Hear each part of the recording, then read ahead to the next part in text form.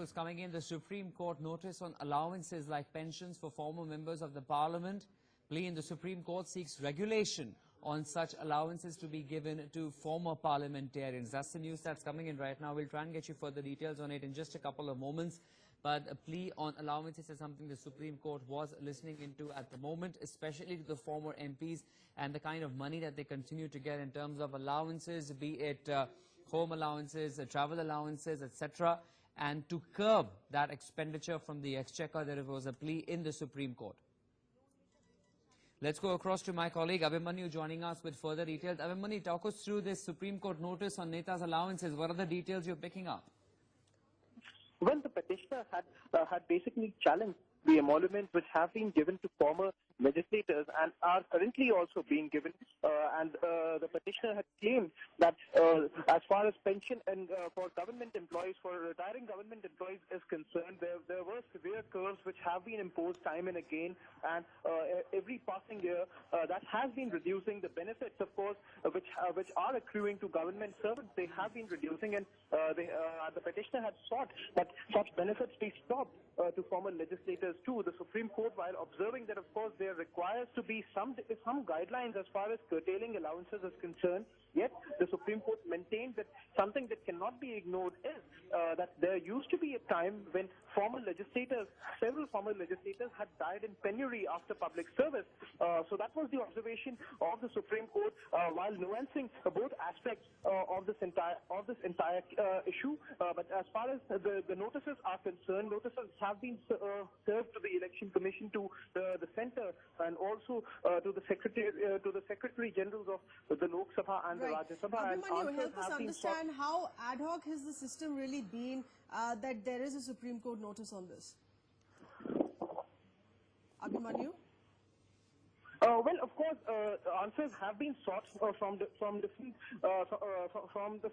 from the Secretary Generals of the Lok Sabha and the Rajya Sabha, and of course, it does imply that answers will have to be given as far as the allowances and pension to former legislators is concerned. And it's not only about pension; it is about several other emoluments which are given to them by means of concessional or free tickets of air and rail travel, and several other emoluments which they enjoy at the cost of the exchequer. So, of course, it remains to be seen what answer would be filed, and in due course, how much it will come to know, of course, to public knowledge, that what is exactly the cost of the exchequer which is being incurred to serve such debt to former legislators across the country. That's right. Allowances here would also include, as far as travel goes, as far as entertainment tax to a certain extent. What really are the guidelines in the allowances that we're looking at here? Well, it's not only about the pension, as you stated. It's also about several other allowances by means of travel allowance, by means of entertainment allowance, by means of reimbursements of telephone expenses. Some of these, of course, are given to legislators when they are in public service, but some of these have also been extended when they are no longer in public service and they are ex-MPs at that point of time.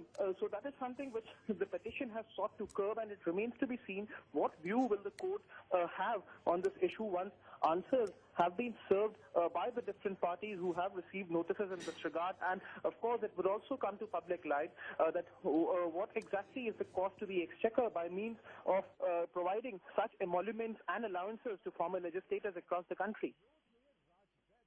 Appreciate those inputs there that are coming in the Supreme Court is to check on the allowances there of not just existing legislators, but also in terms of former MPs, MLAs, in the structure of pensions that exist as well. The Supreme Court is to examine whether or not these allowances are following a proper system. Are they justified, or has it been following an ad hoc system? Also allowances in terms of requirements that they have for unlimited free train travel there that is given not just to current MPs and MLAs, but former MPs and MLAs as part of their pension structure as well.